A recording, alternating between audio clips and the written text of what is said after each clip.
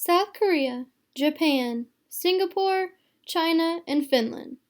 What do these countries have in common? They are ranked the top 5 in education around the world. Now let's consider Germany, Russia, Australia, Israel, and finally the United States. What do these countries have in common? 2 of these countries have a lot of influence in the world today, and yet all of these countries rank average in education around the world. As a nation, we need to figure out what the top 5 countries are doing in their education system and mirror that, so that we can improve our rank and not be average anymore in our own education system. There are many reasons for reforming our education system that would benefit America's youth, but I would like to talk about 3 of them. Those reasons are that our teachers must teach to standardized tests, that many policies in government are too outdated for our education, and that our education system is not preparing our youth for their futures in the real world.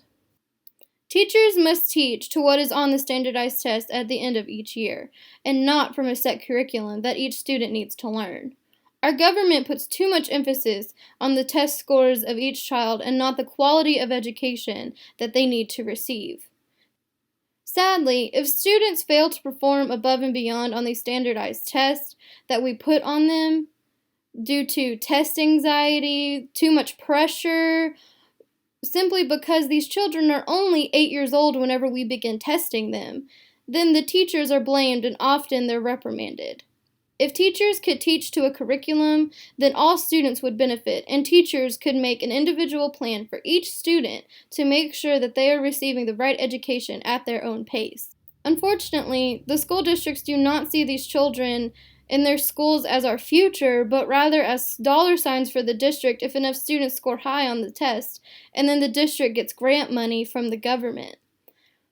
One study shows that many states in the country that participate in standardized tests together have spent roughly $1.7 billion a year on standardized tests.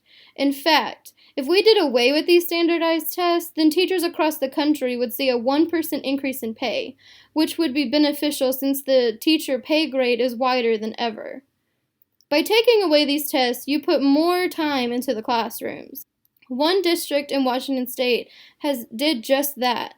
They took away the district's mandatory standardized test and found the results to be very positive.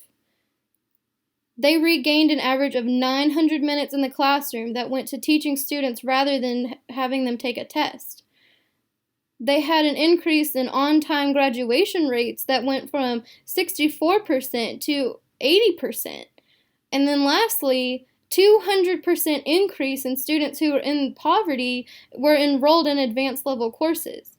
All of this happened all because one district in one state decided to allow teachers to do their jobs and to teach to a curriculum rather than from a test.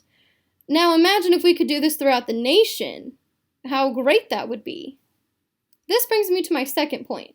The policies for our education are so outdated.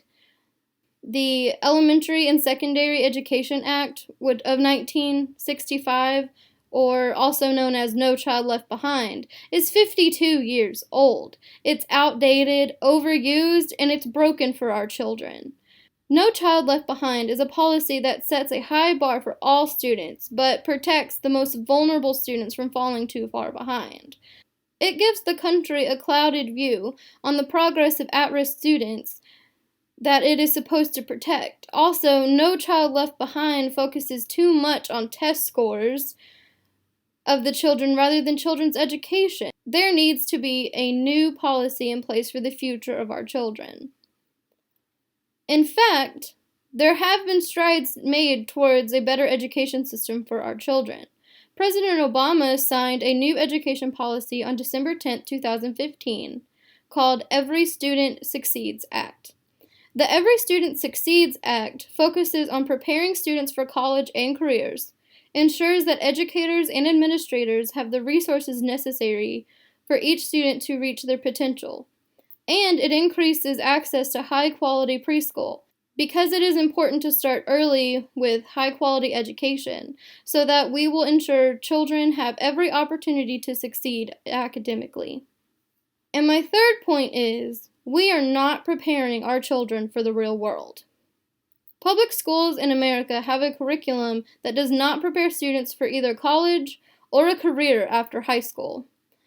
According to a study that looked at the 2013 transcripts of high school students that have graduated, only a small fraction were academically prepared for either college or a career.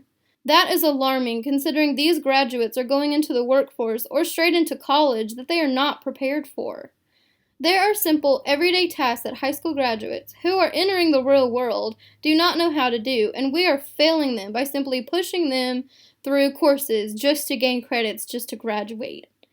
Tasks like sewing a button, filling out a job application, writing a resume, how to file a tax return, and even how to cook basic meals for themselves are not being taught in schools today, and that is simply ridiculous.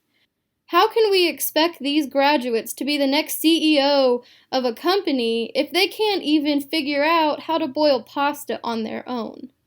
For these reasons and many more, I would hope that you would agree with me that it is time for the United States to reform our education system. As former President John F. Kennedy once said, our progress as a nation can be no swifter than our education.